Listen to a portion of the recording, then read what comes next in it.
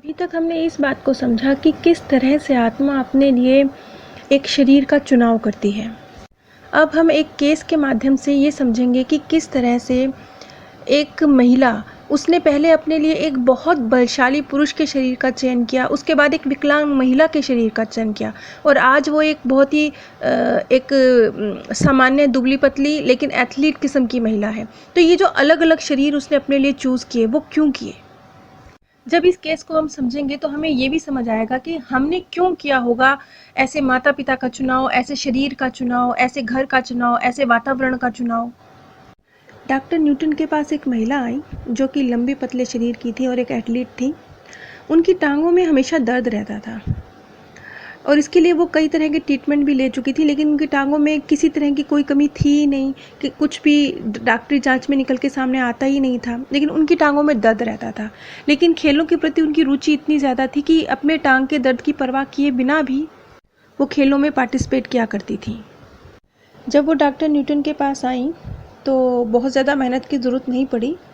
बहुत जल्दी ही उन्हें अपने एक 800 ईस्वी पूर्व जब उन्होंने एक बहुत बलशाली, बहुत ताकतवर, बहुत लंबे तगड़े, वो एक उस बर्थ में वो एक डाकू थी जिसका नाम लेथ था।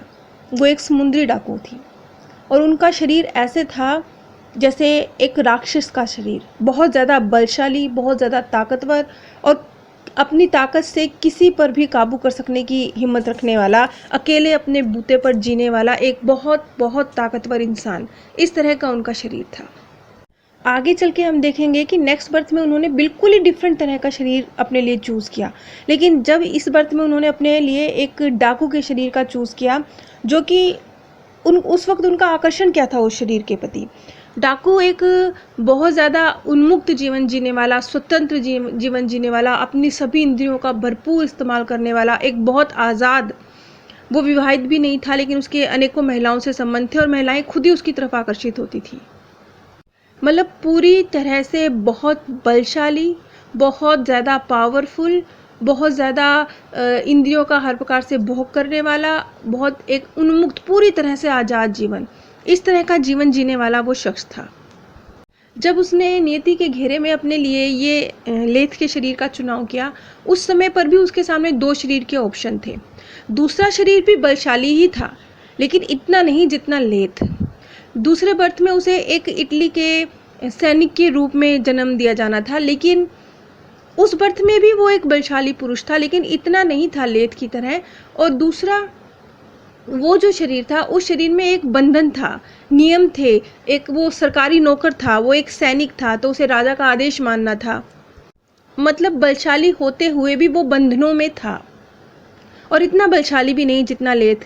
जब ये 2 शरीरों के चुनाव उसके सामने थे नियति के घेरे में, तो उसने बहुत सोच समझकर अपने लिए लेथ के जीवन का चुनाव किया, ना कि उस इटली के सैनिक के जीवन का चुनाव। और लेथ एक समुद्री डाकू था। वो एक तरह से अपनी जो उसकी जो टुकड़ी थी, जो उसके और साथी थे, उनका लीडर की तरह था।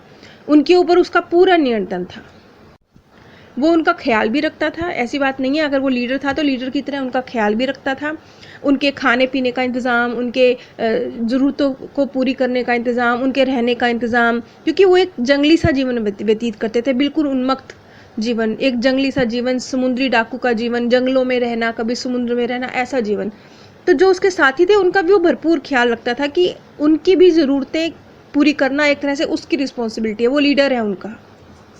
और जब वो लेथ डाकू के रूप में थी, तब उसकी जो मृत्यु थी वो भी इसी प्रकार से हुई थी। एक लूटपाट करते हुए दौरान उसको चोट लगी थी और उसकी मृत्यु हो गई थी। लेथ को जो उसने डिस्क्राइब किया, उसने कहा कि लेथ एक ऐसे था, एक लंबा सा लबादा, एक बहुत चमड़े की बनी हुई चुस्त दुरुस्त सी पैंट, तस्मे के बूट, सिर पर एक मेटल की बनी टोपी और हर वक्त अपने साथ कुल्हाड़ी या तलवार रखने वाला इंसान। बहुत भारी भरकम एक बहुत तगड़ा शरीर, जिसके ऊपर जो उसके बाल थे उनकी लटें बस छितराई सी रहती थी। बहुत शक्तिशाली बाजुएं, 6 फुट से भी ज़्यादा ऊंचा लंबा कद और समुद्री यात्राओं का भरपूर आनंद लेने वाला इंसान। अब इस शरीर का चुनाव उसने क्यों किया? क्योंकि वो आज़ादी को अनुभव करना चाहती थी। वो पूरी तरह से एक उन्मुक्त जीवन जीने का एक्सपीरियंस लेना चाहती थी। वो इतना ताकतवर व्यक्ति था लेथ के रूप में कि उसे शरीर पर जब चोट भी पहुंचती थी तो भी उसे दर्द नहीं होता था।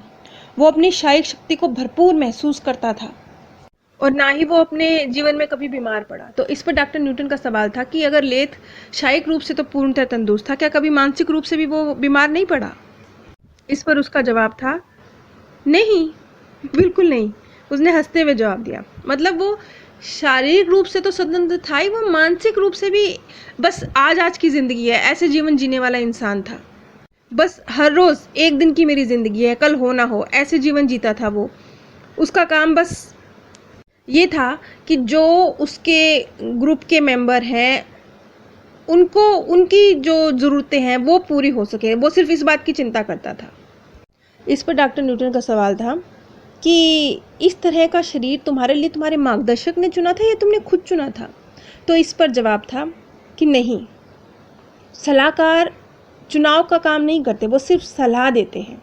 यानी जो नियति के घेरे में समन्वयकर्ता होते हैं, आप इन्हें उच्च आत्माएं कह लीजिए, ये जो होती हैं ये सिर्फ हमें सलाह देती हैं कि ये शरीर तुम्हारे लिए बेहतर रहेगा, तुम्हारे लक्ष्यों को पाने में तुम्हें आसानी होगी, सिर्फ सलाह देती हैं। आखिरी नतीजा व्यक्ति ने खुद लेना होता है। और जो लेथ का शरीर उसने अपने लिए चूज़ किया, उसके पास तो ज़्यादा ऑप्शन थे भी नहीं, उसके पास 2 ही ऑप्शन थे। एक लेथ के शरीर का ऑप्शन था उसके कार्मिक अकाउंट्स के मुताबिक, और एक इटली के सैनिक के शरीर का ऑप्शन था। उसने लेथ के शरीर के ऑप्शन को चुना। इटली के सैनिक के शरीर के ऑप्शन को उसने इसलिए नहीं चुना क्योंकि इटली के सैनिक के रूप में वो बहुत ज़्यादा बंधनों में रहती, सरकारी नौकर के रूप में उसके ऊपर बहुत ज़्यादा नियम कायदे लागू होते। खैर, इस जीवन में तो एक लड़ाई के दौरान उसकी मृत्यु हो गई लेथ के रूप में जो उसका जीवन था। लेकिन जो उसका नेक्स्ट बर्थ था, क्योंकि इसने लेथ के रूप में जो जीवन दिया उसके बाद जो उसने नेक्स्ट बर्थ लिया वो उसने बहुत देर से लिया, एक लंबा अरसा उसने आत्मालोक में गुजारा। उसके बाद जो उसका नेक्स्ट बर्थ था वो एक महिला के रूप में था। ये 1871 की बात है जब वो इंग्लैंड में रहा करती थी। इस बर्थ से निकल के आता है जो आज उसकी टांगों में जो हर वक्त दर्द बना रहता है, इसका कनेक्शन उसके उस बर्थ से है, यानी 1871 के बर्थ से। उसने कहा कि वो अपनी मम्मी के साथ एक घोड़ा गाड़ी में जा रही थी जब वो एक बच्ची ही थी, लेकिन अचानक से उसने घोड़ा गाड़ी का दरवाज़ा खोल दिया और वो बहुत तेज भागती हुई घोड़ा गाड़ी से धड़ाम करके नीचे आ गिरी और घोड़ा गाड़ी के चारों पहिए उसकी टांग के ऊपर से गुजर गए। अच्छा, अब यहाँ पर एक चीज़ और बहुत इंटरेस्टिंग निकल के आई। जैसा कि उस महिला ने बताया कि वो घोड़ा गाड़ी का दरवाज़ा खोलना और उससे गिर जाना ये किस्मत था, ये डिसाइडेड था, ये उसने नियति के घेरे में देखा था। ये फैसला उसका था कि हाँ, वो इस तरीके से एक एक्सीडेंट का शिकार बनेगी। और ये कोई छोटा मोटा एक्सीडेंट नहीं था, क्योंकि इस एक्सीडेंट में वो एक तरह से हमेशा के लिए बिस्तर पर पड़ गई थी, क्योंकि उसकी रीढ़ की हड्डी ने काम करना बंद कर दिया था, उसके दोनों टांगों ने काम करना बंद कर दिया था और वो पूरी तरह से बेड पर डिपेंडेंट हो गई थी। उस बर्थ में जब ये एक्सीडेंट उसके साथ हुआ, जो कि उसने एक तरह से खुद ही अंजाम दिया, वो कहती है कि एक बच्ची के रूप में जब वो अपनी मम्मी के साथ जा रही थी उस घोड़ा गाड़ी में, तो उसने उस तेज दौड़ रही है, सरपट दौड़ रही है घोड़ा गाड़ी, लेकिन उसने उसके दरवाजे खोल दिए, उसकी कुंडी खोल दी और वो धड़ाम करके ज़मीन पे आके गिरी। और ये सब कुछ जैसे उसका मन बेचैन हो रहा था कि बस वो कुंडी खोल दे, बस वो कुंडी खोल दे। उसका हाथ बार बार उस कुंडी की तरफ जा रहा था कि वो उसे खोल दे। तो लेकिन इस बर्थ में जो उसके माता पिता थे वो उसे बेइंतहा प्रेम करते थे, बहुत बहुत उसका ख्याल रखते थे। अच्छा, यहाँ पर सारी चीज़ें कनेक्ट हो रही हैं। जैसे कि उसके माता पिता थे, वो उनके भी कुछ लेसन थे, उनके जीवन में भी इस तरह की परिस्थितियाँ आनी थी, क्योंकि यहाँ पर भी 2 आत्माओं के बीच में सौदा जो हुआ वो आत्मालोक में हो चुका था। जैसे कि उन्होंने क्या चाहा था कि उनका एक पुत्र हो जो सदा सदा उनके साथ रहे, क्योंकि उनकी कोई संतान नहीं थी बहुत लंबे अरसे तक। शादी के कई वर्षों बाद ये बच्ची पैदा हुई जिसका नाम उन्होंने एशले रखा। तो एशले जब पैदा हुई तो उस समय वो चाहते थे कि एक लड़का पैदा हो जो हमेशा उनके साथ रहे, लेकिन जब एशले पैदा हुई तो उन्होंने एशले को भी भरपूर प्रेम दिया। लेकिन अब एशले की क्या नियति थी, एशले ने क्या अपने लिए सोचा हुआ था? एशले ने एक लड़की के रूप में अपने आप को मानसिक रूप से विद्वता को ग्रहण करना है, ज्ञान को अपने अंदर डालना है और मानसिक रूप से तरक्की करनी है। ये फैसला उसने अपने जीवन के लिए लिया हुआ था। अब अगर वो ये दुर्घटना उसके जीवन में ना घटती, जैसे कि उसने बग्गी का दरवाज़ा खोला और वो गिर गई, अगर वो ना घटती तो क्या होता? फिर वो एक सामान्य महिला के रूप में होती, वो डिपेंडेंट ना होती, वो तंदुरुस्त होती, तो उसका विवाह हो जाता। तो इससे क्या होता? तो सारी परिस्थितियाँ उलट हो जाती, क्योंकि उसका जो लक्ष्य था, उसका लक्ष्य क्या था? उसका लक्ष्य था आत्मिक उन्नति करना, विद्वता को ग्रहण करना और उन लोगों के लिए काम करना जो बेसहारा हैं, उन लोगों को मतलब मानसिक रूप से संबल प्रदान करना। इस उस बर्थ में एशले के रूप में भी उसने जो बच्चे बेसहारा हैं उनको पढ़ाने का काम किया। खैर, उसके माता पिता भी जो ये चाहते थे कि उनकी संतान हमेशा उनके साथ रहे, इस रूप में वो उनके साथ हमेशा रही। वो बेड पर थी, चल फिर नहीं सकती थी, कुछ नहीं कर सकती थी, तो उसका विवाह भी नहीं हुआ। और इस तरीके से उसके माता पिता के साथ भी वो हमेशा रही, क्योंकि उनकी चाहत भी कहीं ना कहीं ये थी कि उनकी संतान उनके साथ हमेशा रहे। उनके अपने कुछ कार्मिक अकाउंट थे वो, जो कि वो फिर अलग हैं। लेकिन यहाँ एशले की बात हो रही है, तो एशले ने जो फैसला लिया था अपने जीवन के लिए कि मैं मानसिक रूप से आगे बढ़ूंगी और बेसहारा बच्चों की मदद करूंगी, तो वो इस रूप में ज़्यादा आसानी से कर सकती थी। और दूसरी बात जो महत्वपूर्ण थी, जो उसके माता पिता थे वो भी बहुत प्यार करने वाले थे, इंटेलिजेंट लोग थे, और जो उसका घर था वो घर भी लाइब्रेरियों के बहुत करीब था। उस इलाके में बहुत सारी लाइब्रेरियाँ थीं जहाँ से वो बड़ी आसानी से बेहतरीन पुस्तक पढ़ पाती थी, और बेड पे रहते रहते ही, क्योंकि कुछ करने को तो था नहीं उसके पास, जो उसका लक्ष्य था मानसिक तरक्की करना, ज्ञान प्राप्त करना, वो आसानी से कर सकती थी, क्योंकि वो हर वक्त बेड पे ही रहती थी। कोई और कार्य उसके लिए करने लायक वो थी भी नहीं। तो वो अपनी इस चीज़ को बड़ी आसानी से पूरा कर पाई। बेड पे रहते हुए अनेकों ढेरों ज्ञान उसने हासिल किया। अब ये देखिए कि कहाँ एक तरफ तो उसने लेथ का शरीर चुना, जो लंबा तगड़ा, जिसे दर्द का एहसास ही नहीं होता, और कहाँ उसने दूसरी तरफ एशले का शरीर चुना, जो हर वक्त बेड पे ही रहती है और एक तरह से मोहताज है कि कोई उसको सहारा दे के खड़ा करे, चलाए। देखिए कितने अलग अलग शरीर उसने अपने लिए चूज़ किए, लेकिन जो भी शरीर उसने अपने लिए चूज़ किया उसके पीछे कुछ वजह थी, ऐसे ही कुछ नहीं हुआ। एशले के रूप में जो उसका घोड़ागाड़ी से एक्सीडेंट हुआ, ये भी ऐसे ही नहीं हुआ, ये भी उसने नियति के घेरे में देखा था। तो इस तरीके से जब आप या हम लोग जो अपने लिए शरीर चूज़ करते हैं, आज तो हमें इंसानी रूप में शिकायत है कि नहीं, हमने ये शरीर थोड़े चूज़ करते हैं, हम तो फिर अंबानी के घर रईस बन के पैदा होते हैं, हम तो फिर ऐश्वर्या राय जैसे बन के पैदा होते हैं, हम इससे कम तक शरीर क्यों चुनते हैं अगर हमने चुना है अपने लिए? अनबिलीवेबल है, क्योंकि आज आप इंसान की तरह सोच रहे हैं, इस धरती पर रहने वाले एक इंसान की तरह। लेकिन जब आप आत्मा लोक में फैसला लेते हैं तो आपने क्या लेसन सीखने हैं, क्या आपके कार्मिक अकाउंट हैं, एक आत्मा के रूप में आपने क्या हासिल करना है, उस नज़रिए से फैसले लेते हैं। तो ज़मीन आसमान का फ़र्क आ जाता है नज़रिए में। यहाँ पर आप भूल गए हैं, वहाँ पर तो आपको याद है कि आप एक सोल हैं और आपके कुछ लेसन हैं, कुछ कार्मिक अकाउंट हैं, उसके हिसाब से आपको शरीर दिया जाता है, और उन्हीं के हिसाब से आप उन्हीं में से शरीर अपने लिए चूज़ करते हैं। जिनके साथ आपके कार्मिक अकाउंट होंगे उन्हीं के द्वारा तो आपको दूसरा शरीर मिलेगा। अब ये जो दो, एक लेथ के रूप में जन्म, एक एशले के रूप में जन्म, लेथ के रूप में और एशले के रूप में जो उसका जन्म हुआ, इसके बीच में बड़ा लंबा अरसा उसने आत्मालोक में गुजारा। और उसने कहा कि मैंने एक विकलांग लड़की का शरीर इसलिए चुना ताकि मैं बौद्धिक एकाग्रता हासिल कर सकूं, अपने माइंड को फोकस करने की क्षमता हासिल कर सकूं, ज्ञान हासिल कर सकूं। और इसके लिए तुमने अपने लिए एक अपंग शरीर चुना? तो इस पर उसका जवाब था, हाँ बिल्कुल, क्योंकि मैं चल फिर नहीं सकती थी, ज़्यादा इसी वजह से बिस्तर पे रहती थी और ज़्यादा पढ़ने लिखने का मौका मुझे मिलता था। उस बर्थ में मैंने अपनी बुद्धि का इतना विकास किया, मैंने अपनी बुद्धि की बात को सुनना सीखा, मैंने बहुत अच्छी तरीके से अपने दिमाग के साथ मुझे किस तरीके से बातचीत करनी है सीखा, किस तरीके से मुझे एकाग्रता हासिल करनी है, और मैं अपनी राह से कभी नहीं भटकी, क्योंकि मैं हमेशा बिस्तर पर ही रहती थी, तो भटकने का कोई चांस ही नहीं था। अब लेथ के शरीर और एशले के शरीर, ये दोनों अलग अलग लग रहे हैं ना, बिल्कुल अलग अलग, लेकिन इन दिनों में एक समानता भी थी। वो थी बहुत ज़्यादा उत्तेजक तरीके से अभिव्यक्ति की समानता। ये कैसे? अब लेथ के मामले में ये अभिव्यक्ति शारीरिक थी, वो शारीरिक बल का प्रदर्शन, एक स्वतंत्रता का प्रदर्शन ये चाहता था, वो इस रूप में ग्रो करना चाहता था, इसलिए उसके पास लेथ का शरीर था, तो वो शारीरिक उत्तेजना की अभिव्यक्ति करता था। लेकिन एशले के रूप में वो मानसिक उत्तेजना की अभिव्यक्ति करता था, क्योंकि मानसिक रूप से उसने बहुत ग्रो किया। अपने दिमाग को पढ़ पाना, उसके साथ सही तरीके से डील कर पाना उसने बिस्तर पर पड़े पड़े सीखा। जब नियति के घेरे में उसने अपने लिए एशले का शरीर चूज़ किया, तो उस वक्त उसके सामने और भी 3 शरीरों के ऑप्शन थे, लेकिन वो तीनों ही विकलांग शरीर थे, क्योंकि अलग अलग रूप से विकलांग थे। लेकिन उसने बहुत सोच समझकर अपने लिए एशले का शरीर चूज किया। वो साफ कहती है कि नियति के घेरे में उसके पास ऑप्शंस थे बहुत, और दूसरे भी घायल शरीर थे 2-3 जिन शरीरों के उसके सामने ऑप्शन थे, लेकिन उसे एशले का शरीर ही ज़्यादा पसंद आया, क्योंकि ये चलने फिरने के लिए बिल्कुल भी सक्षम नहीं था। तो जब उसको ये कहा गया कि तुमने फिर भी क्यों चूज़ किया एशले का शरीर, तो कहती है कि जब मैंने एशले के शरीर को देखा तो मुझे ऐसा लगा कि ये शरीर समर्थ है एक बहुत स्वस्थ, बड़े, आत्मिक रूप से उन्नत मुझे अगला जीवन प्रदान करने के। देखिए यहाँ पर आत्मा ने किस तरीके से निर्णय लिया। उसने एशले का बीमार शरीर नहीं देखा, उसने कहा कि ये शरीर तो ज़्यादा समर्थ है मुझे आत्मिक उन्नति की जंप लगाने में। यानी उसने एशले का शरीर देखा नियति के घेरे में, लेकिन क्या देखा? उसने देखा कि ये शरीर बड़ा अच्छा है जो मुझे ज़्यादा तेज़ी से तरक्की कराएगा।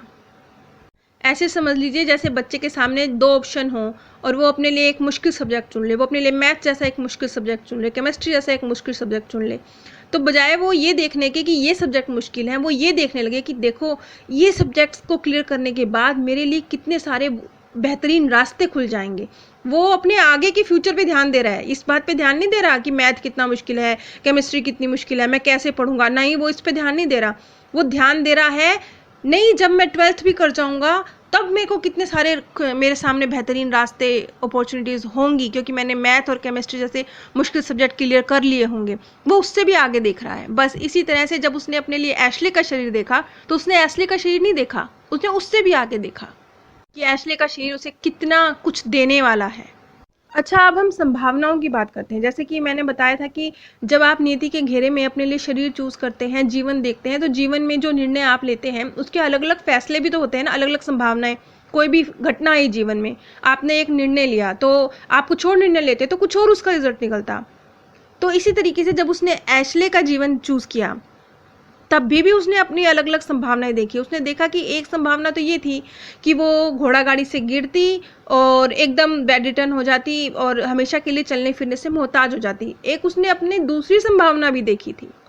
दूसरी संभावना ये थी कि वो घोड़ा गाड़ी से गिरती लेकिन ज़्यादा उसे चोट नहीं लगती, वो बैसाखियों के सहारे चल पाती, और जब वो बैसाखियों के सहारे चल पाती तो उसका विवाह भी हो जाता। तब क्या होता? तब वो चलती फिरती, देखने में सामान्य सी लगती, थोड़ा लंगड़ा कर चलती लेकिन देखने में सामान्य सी लगती। लेकिन तब उसने जो संभावना देखी वो ये देखी कि तब वो एक व्यक्ति के साथ शादी करती और उस शादी में दुखी रहती, और वो पूरी ज़िंदगी इस बात से परेशान रहती कि वो एक बेकार सी ज़िंदगी के अंदर फंस गई है। और माता पिता के लिए भी वो उनके लिए जैसे उनका सहारा बनना चाहती थी, उनके साथ रहना चाहती थी, वो भी नहीं कर पाती, और वो चीज़ उसके लिए कुछ ज़्यादा फ़ायदेमंद साबित नहीं होती। तो उसने बहुत सोच समझकर अपने लिए एशले का शरीर चुना। ऑप्शन थे, संभावनाएं दूसरी भी थी। संभावना ये भी थी कि वो बच जाती, लेकिन उसने नहीं चूज़ करा। उसने बैसाखियों के सहारे चल फिर सकने वाला जीवन भी चूज़ नहीं किया। आगे उसने ये भी बताया कि जब वो बच्ची थी, जब वो उस घोड़ा गाड़ी में जा रही थी, तो उसके मन में एक बहुत स्ट्रॉन्ग फीलिंग आ रही थी कि बस ये तेज़ तेज़ भागती हुई घोड़ा गाड़ी है, अभी दरवाज़ा खोल दे, अभी ये चिटकनी खोल दे। बार बार मन उसको कहता चिटकनी खोल दे, चिटकनी खोल दे। अगर वो अपने मन की बात नहीं सुनती, क्योंकि वो कहती है कि एशले के रूप में उसके मन में एक पल ख्याल आया भी था कि वो पीछे हट जाए, वो आराम से बैठ जाए, वो उछल कूद ना मचाए, वो घोड़ा गाड़ी को कुंडी को हाथ ना लगाए, लेकिन उसने परवाह नहीं करी। फिर उसके मन ने उसको जोर दिया कि नहीं, घोड़ा गाड़ी के पास जा, कुंडी के पास जा। उसने फिर कुंडी को खोल ही दिया और वो गिर गई। अच्छा, अब जो ये एक्सीडेंट हुआ एशले का, वो कहती है कि एक्सीडेंट बहुत भयानक था। तो 5 सप्ताह, लगभग 5 सप्ताह तो ऐसी था कि बस मैं मर चुकी हूँ, मैं जीवित ही नहीं हूँ, बिल्कुल अविश्वसनीय पीड़ा। और उसके बाद जो जीवन भर के लिए वो बेड पर हो गई। तो एक पल के लिए क्या लगता है कि ज़िंदगी ने कितना एक मतलब मजाक किया, खिलवाड़ किया, एक अच्छी भली स्वस्थ बच्ची को विकलांग बना दिया, वो भी कैसा विकलांग, एकदम हमेशा के लिए बेड पर, हमेशा के लिए दूसरों की मोहताज। तो ये कुछ नियति का कुछ अच्छा सा फैसला नहीं लगता ना। लेकिन ये नियति के घेरे में सोच समझ के लिया गया फैसला था। और ये जो दर्द उसने सहा, यहाँ पर भी लेथ का जीवन काम आया। लेथ एक बहुत ताकतवर शरीर था, उसमें दर्द सहने की अचूक क्षमता थी। वो मतलब बहुत बहुत घायल हो जाता था तो भी बड़ी आसानी से उस दर्द को पार कर जाता था। तो वो वाली जो क्षमताएं, शारीरिक क्षमताएं उसने अपने अंदर डेवलप करी थी लेथ के जीवन के रूप में, वो इस जीवन में काम आई। और वो जो एक बिल्कुल ही मनसण अवस्था में वो पहुंच गई थी, उस अवस्था को, शारीरिक पीड़ा को उसने झेल लिया। ये लेथ का जीवन जो उसने जिया था ना, शारीरिक रूप से अपने आप को बहुत ज़्यादा उसने तरक्की करी थी। शारीरिक दर्द को सहने की क्षमता असीम हो गई थी उसके अंदर लेथ के जीवन में। वो वाली चीज़ काम आई इस बर्थ में, वो वाला सीखा हुआ काम आया और एशले के रूप में वो उस दर्द को पार कर गई। और एशले के रूप में जो उसने मानसिक उन्नति को प्राप्त किया, वो वाली जो फोकस करने की अपनी क्षमता को उसने बढ़ाया, वो आगे चलकर जो उसने विद्वता हासिल करी, ज्ञान को जो उसने अपने अंदर उड़ेला, उसमें उसके बहुत काम आई। तो अब आप देखेंगे कि एक लेथ का जीवन चुनना, एशले का जीवन चुनना, बीमार जीवन चुनना, एक बहुत ज़्यादा एक स्वतंत्र ब्लंट जीवन चुनना, शारीरिक दर्द को बहुत झेलना, मानसिक ये जो चोट पहुंची इसे बहुत झेलना, उसका घोड़ागाड़ी से गिरना, उसके माता पिता के ऊपर एक इस तरह की बच्ची का बोझ आके पड़ जाना जो हमेशा उन्हीं के ऊपर डिपेंडेंट रहेगी, उसका ज्ञान को हासिल करना, उसका घर लाइब्रेरी के निकट होना, ये सब क्या है? ये सब कड़ी दर कड़ी जुड़ रही है। एक चीज़ से दूसरी चीज़, दूसरी चीज़ से तीसरी चीज़ जुड़ती जा रही है, कुछ ना कुछ ग्रो करने की वजह बन रही है। अब ऊपरी तरह से आप देखेंगे तो आपको क्या लगेगा? आपको लगेगा कि ये तो गलत है, ये तो नियति का खिलवाड़ है। एक बच्ची है, उसको इतना दर्द दिया, उसको बिस्तर तक पहुंचा दिया, उसको माता पिता का मोहताज बना दिया। देखो माता पिता की किस्मत देखो, हमेशा के लिए उनको बच्चे की सेवा करनी पड़ रही है। पर नहीं, यहाँ पर सब कुछ बिल्कुल परफेक्ट चल रहा था, सबकी उन्नति की वजह बन रहा था। यहाँ तक कि उसके माता पिता के भी कुछ अपने लेसन थे, उनको भी कुछ सीखना था, वो उनकी उन्नति की भी वजह बन रहा था और एशले की खुद की उन्नति की वजह बन रहा था। देखने में सब अनफेयर है, ऊपरी तौर पे सब गलत है, ऊपरी तौर पर भगवान से शिकायत है, एक अपंग का जीवन, एक हर वक्त अपने माता पिता पर डिपेंडेंट रहने वाला जीवन, माता पिता के लिए हर वक्त बोझ बना हुआ जीवन, ऊपरी तौर पर सब गलत है। लेकिन लॉन्ग रन देखेंगे तो सब बहुत आत्मिक उन्नति प्रदान करने वाला है।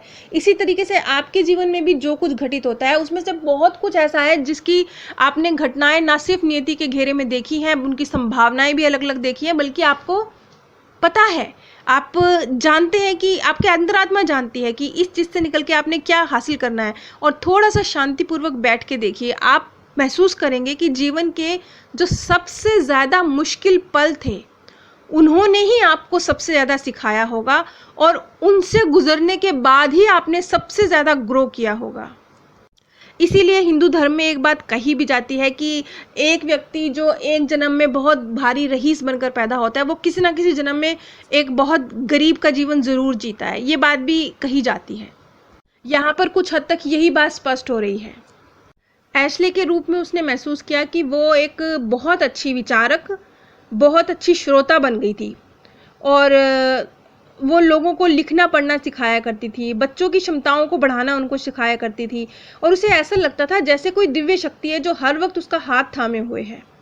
और जब वो एशले का जीवन पूरा करने के बाद आत्मालोक में लौट कर आई तो उसने जो उपलब्धियां हासिल की थी उस पर नाज था उसके मार्गदर्शक को। जैसे एक स्टूडेंट जब बहुत मुश्किल पेपर को बहुत अच्छे से पास करके आता है तो टीचर को नाज होता है ना कि उस बच्चे पे कि कितना डिफ़िकल्ट पेपर था और कितनी अच्छी तरीके से मेरे बच्चे ने परफॉर्म किया। इसी तरीके से हमारे मार्गदर्शक को हम पर नाज होता है जब हम एक मुश्किल पेपर पास करके, एक मुश्किल जीवन जी कर और लेकिन उसे अच्छी तरीके से क्लियर कर कर उनके पास वापस जाते हैं। अब आज की तारीख में क्या हो रहा है? आज की तारीख में जो उसने लेथ के एक शक्तिशाली शरीर का अनुभव किया, एशले के एक कमज़ोर शरीर का अनुभव किया, तो आज की तारीख में क्या हो रहा है? आज की तारीख में वो जो मन और शरीर का जो मिलन है ना, वो बहुत आसानी से कर पाती है। मन, दिमाग और शरीर, इन तीनों के बीच में समन्वय बड़ा अच्छा स्थापित कर पाती है। ये बहुत बड़ी एबिलिटी है, ये कोई छोटी बात नहीं है, नहीं कर पाते हम लोग। हमारा मन अलग दिशा में जाता है, दिमाग अलग दिशा में जाता है, शरीर कुछ और ही करना चाहता है, लेकिन यहाँ वो तीनों चीज़ों में एक समन्वय स्थापित करने के काबिल बन गई थी। ये दोनों जो मुश्किल जीवन उसने जिए थे, एशले का और लेथ का, इन दोनों का एक्सपीरियंस लेने के बाद। खैर इस सेशन के बाद उसके जो टांगों का दर्द था वो भी चला गया, क्योंकि उसने अपने आप को एक जो उसकी यादें थी एशले के, जो उसको चोट पहुंची थी एशले के रूप में, उन यादों से अपने आप को पूरी तरह से डिटैच कर लिया। तो ये महिला की स्टोरी रही। इससे हम कितनी आसानी से समझ सकते हैं कि जीवन में जो कुछ घटित हो रहा है, बहुत कुछ प्लान है, बहुत कुछ आपने ऑलरेडी अपने नियति के घेरे में देखा है।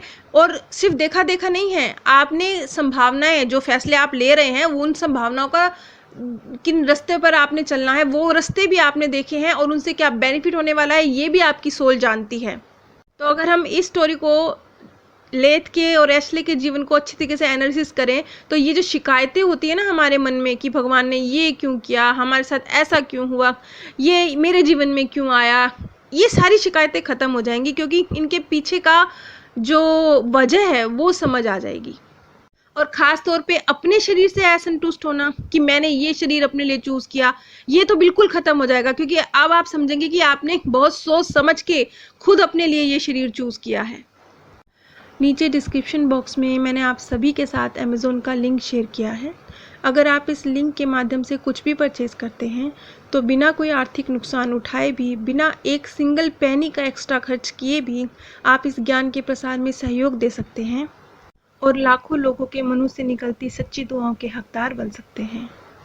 नीचे डिस्क्रिप्शन बॉक्स में ही मैंने अपने second channel path of happiness का लिंक भी दिया है, जिस पर मैनी लाइफ मैनी मास्टर्स की सीरीज़ ख़त्म हो चुकी है और इस समय सेम सोल मैनी बॉडीज़ की सीरीज़ चल रही है। इस चैनल पे जो वीडियोस बनाई जाती हैं वो तो समझने में थोड़ी मुश्किल है, लेकिन उस चैनल पर जो वीडियोस बनाई जाती हैं उसमें बहुत सामान्य सरल ज्ञान की बात की जाती है। स्वाभाविक है, जब ज्ञान थोड़ा गहराई में जाता है तो थोड़ा डिफ़िकल्ट हो जाता है, इसलिए इस चैनल की वीडियोस तो थोड़ी डिफ़िकल्ट हैं, समझने में थोड़ी मुश्किल है, क्योंकि ज्ञान काफ़ी गहरा होता जा रहा है। जैसे जैसे और गहरा होता जाएगा मैं कोशिश करूँगी सरल बनाने की, लेकिन फिर भी डिफ़िकल्ट तो है। लेकिन पाथ ऑफ हैप्पीनेस पे जो वीडियोस बनाई जाती हैं वो बिल्कुल एक सतही ज्ञान है, मैं उसे कोई बहुत डीप ज्ञान नहीं कहती। वो एक इस तरह का ज्ञान है जो आपने पहले भी कई बार सुना होगा, थोड़ा अलग अंदाज में आप उसे दोबारा से रिपीट कर रहे हैं, समझ रहे हैं। मैं कोई उस चैनल पे कोई बहुत गहरी डीप ज्ञान की बात नहीं होती, लेकिन एक सामान्य ज्ञान की बात होती है, जो ज़्यादातर चैनल्स पर उसी तरह का सामान्य ज्ञान दिया जाता है। वो भी उसी तरह का एक सामान्य ज्ञान देने वाला चैनल है। अगर आपको ये वीडियो समझने में मुश्किल लग रही हो तो कृपया मेरे second channel path of happiness पर एक बार ज़रूर विजिट कीजिए। आप सभी पर परमात्म सौंदर्य, प्रेम और आनंद सदैव बरसता रहे। आप सभी दिव्य परम धाम में स्थान प्राप्त करें। अभी तक हमने इस बात को समझा कि किस तरह से आत्मा अपने लिए एक शरीर का चुनाव करती है।